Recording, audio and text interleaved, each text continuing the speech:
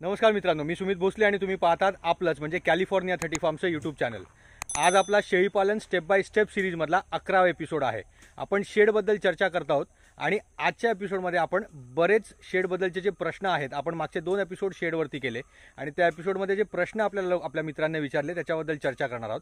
पण त्याच्या आधी मागच्या एपिसोडमध्ये आपण पाहिलं, आपल्याला तुम्ही जिकडे शेड बांधणार आहात, तुमची शेड जिकडे तुम्ही बांधताय किंवा जिकडे तुम्ही शेळीपालन करताय त्या एरियामधला तिकडच्या भौगोलिक आणि नैसर्गिक गोष्टींचा अवेअरनेस किंवा त्याच्याबद्दलची जाणीव जर तुम्ही ठेवून काम केलं तर खूप चांगल्या पद्धतीने काम करता येतं आणि आपल्याला जे उद्देश साधायचे कमीत कमी खर्चात शेड बांधण्याचं ते साधता येतं। फॉर एक्झाम्पल, जर तुम्ही कोकण सोडून म्हणजे पालघर, रायगड, रत्नागिरी आणि सिंधुदुर्ग हे 4 जिल्हे सोडून महाराष्ट्रात इतरत्र कुठेही जर तुम्ही शेळीपालन करताना त्याच्या शेड बांधण्याचा विचार करताय तर तुम्हाला एलिव्हेटेड प्लॅटफॉर्म बांधण्याची गरज नाही आहे, त्याचं कंपल्शन बिलकुल नाही आहे। त्याच्या मागचं कारण सोपं आहे की ह्या सगळ्या भागांमध्ये पाऊस खूप कमी आहे, त्या मानाने पाऊस खूप कमी आहे आणि त्याहून जास्त जमिनीतल्या पाण्याची पातळी खूप खाली आहे।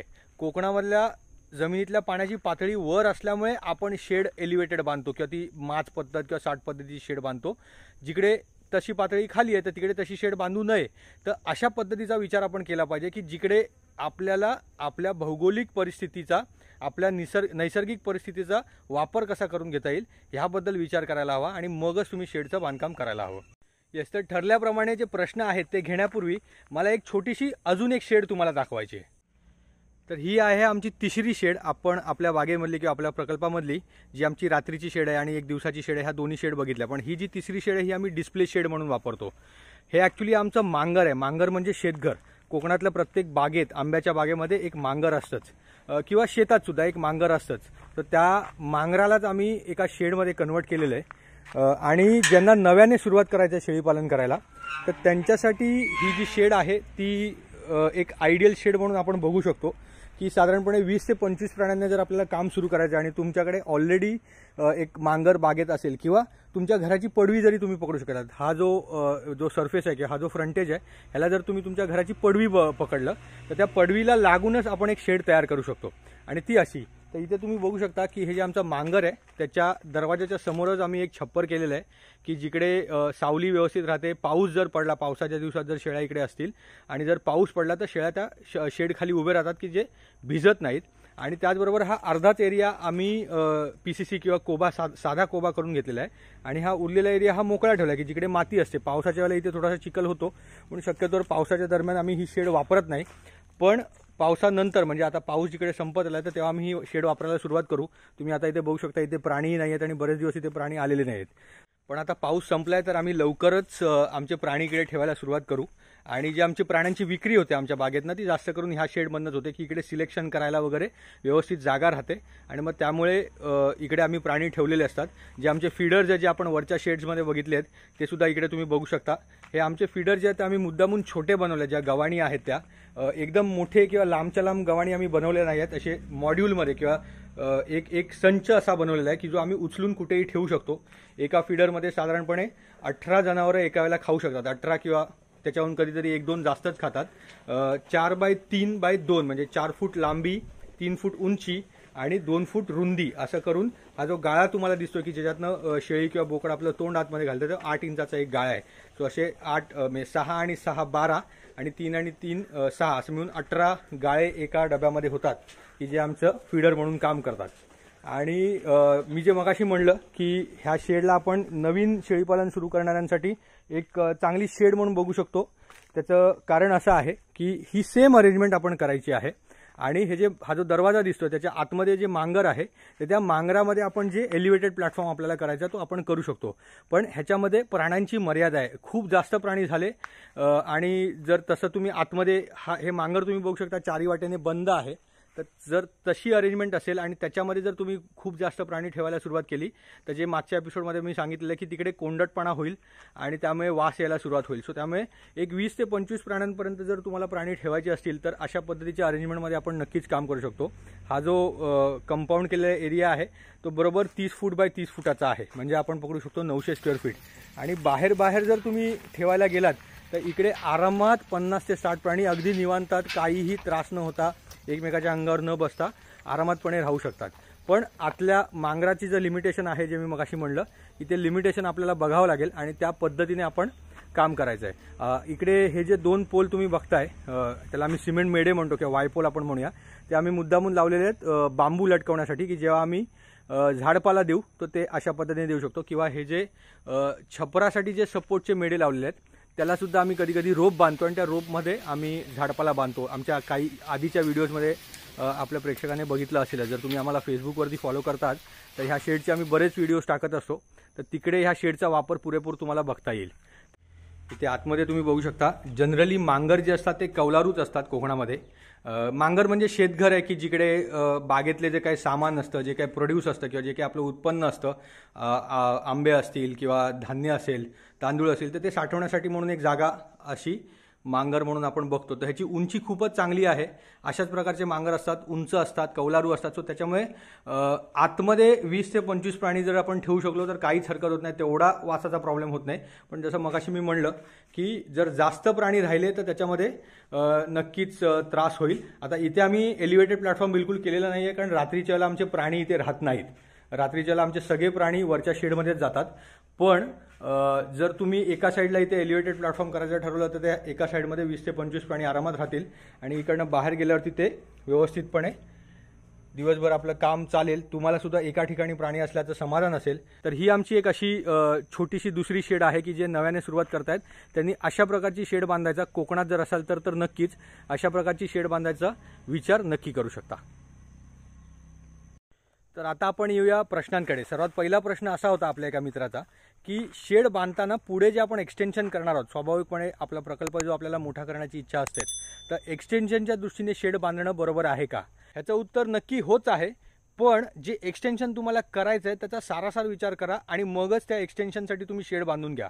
कारण मी लास्ट व्हिडिओमध्ये किंवा त्याच्या आदल्या एपिसोडमध्ये सुद्धा हेच सांगितलं की शेडला आपल्याला भाडं येत नाही किंवा त्याला फळं किंवा फुलं लागत नाही। सो तुम्ही उगाच मोठी शेड बांधून प्राणी कमी ठेवण्यात काहीच पॉईंट नाही आहे। सो तुम्ही सुरुवात जर समजा 20 किंवा 25 प्राण्यांनी करताय तर त्यांच्यासाठी तुम्हाला एक 300 स्क्वेअर फूटचं शेड भरपूर आहे। त्याच्यानंतर तुम्हाला वाढवायचं आहे, किती प्राणी करायचे हे तुम्ही ठरवू शकता। पण सुरुवातीचे 6 महिने ते 1 वर्ष तुम्ही त्या 300 स्क्वेअर फीट शेडमध्ये जर काम करू शकलात, कारण आपल्याकडे जे प्राणी असणार आहेत, जे आपण पहिल्या दिवसापासून सांगतो की विक्रीवरती आपल्याला भर द्यायचा, सो आपले जे काही प्राणी आहेत ते विकणार सुद्धा आहोत। सो त्यामुळे तुमच्याकडे जरी सुरुवातीला 20 ते 25 प्राणी असतील तर त्याच्यापैकी काही प्राणी तुम्ही विकणार आहात। सो त्यामुळे तुमच्याकडे परत जागा तयार होणार आहे आणि मग तिकडे तुम्ही नवीन प्राणी आणून भरून घेणार आहात।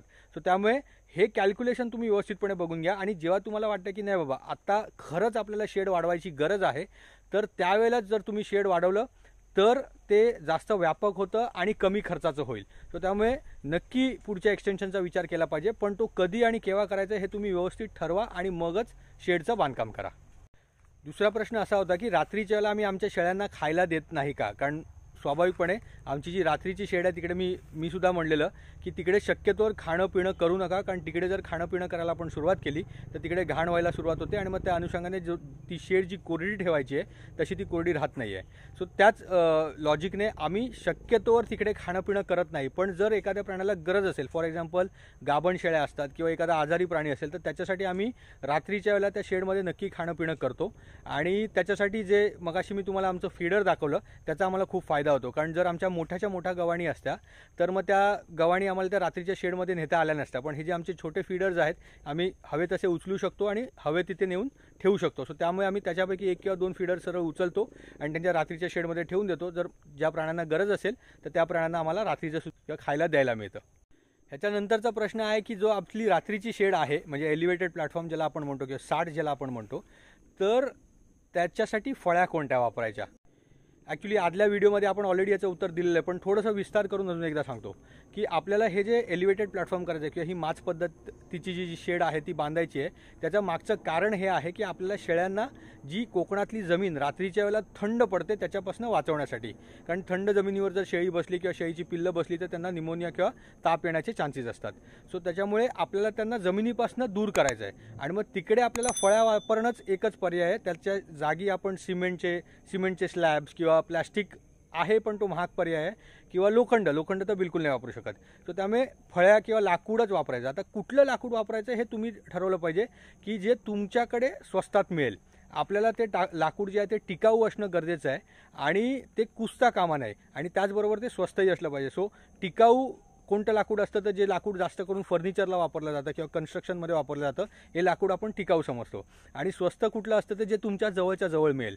सो त्यामुळे तुमच्या जवळच्या जवळ तुमच्या बागेत जर काही झाडं असतील तर ती सुद्धा तुम्ही वापरू शकता. आंबा, फणस वगैरे अशा प्रकारची झाडं आपण वापरतो. किंवा जे फर्निचरला सामान वापरलं जातं, अकाशिया आहे किंवा शिवण वगैरेचं लाकूड आपण फर्निचरला वापरतो. सो ह्या सगळ्या झाडांचं लाकूड आपण वापरू शकतो. ह्याच्या रिपा बनवून वापरू शकतो. आम्ही भेडला माड वापरला की जो आपल्याकडे सिंधुदुर्ग तळ कोकणात तर अगदीच व्यवस्थितपणे मिळून जातो. आणि अजून एक पर्याय आहे बांबूचा. पण बांबूचं कसं आहे की बांबू जर तुम्ही जशाचा तसा वापरला तर तो खराब होण्याचे चान्सेस खूप जास्त आहेत. आणि जर प्रोसेस केलेला वापरला तर तो महाग पडतो. सो त्यामुळे बांबू जर तुम्हाला छोटीशी शेड करायची असेल 5 ते 10 प्राण्यांसाठी तर नक्की बांबू वापरू शकतो. कारण ती परत उघडून आपण परत ती रिपेअर करून नवीन लावू शकतो. पण जर तुम्ही थोडंसं मोठं काम करणार असाल 20 ते 25 प्राण्यांचं तर शक्यतोवर बांबू न वापरता अजून थोडंसं फर्म आणि चांगल्या क्वालिटीचं लाकूड जर वापरलात तर नक्की चांगलं होईल. चौथा प्रश्न होता, शेडमध्ये कप्पे करणं गरजेचं आहे का? दोन्ही वेळेच्या शेडमध्ये कप्पे करणं गरजेचं आहे का? तुम्ही जर बघितलं आमच्या शेडमध्ये, आमच्या रात्रीच्या शेडमध्ये व्यवस्थितपणे कप्पे केलेले आहेत. दिवसाच्या शेडमध्ये आमच्याकडे कप्पे नाही आहेत. 1-2-3 जागा बनवलेल्या आहेत आम्ही की जे आम्ही कप्पे म्हणून वापरू शकतो. आता ह्याच्या मागचं कारण समजून घ्या.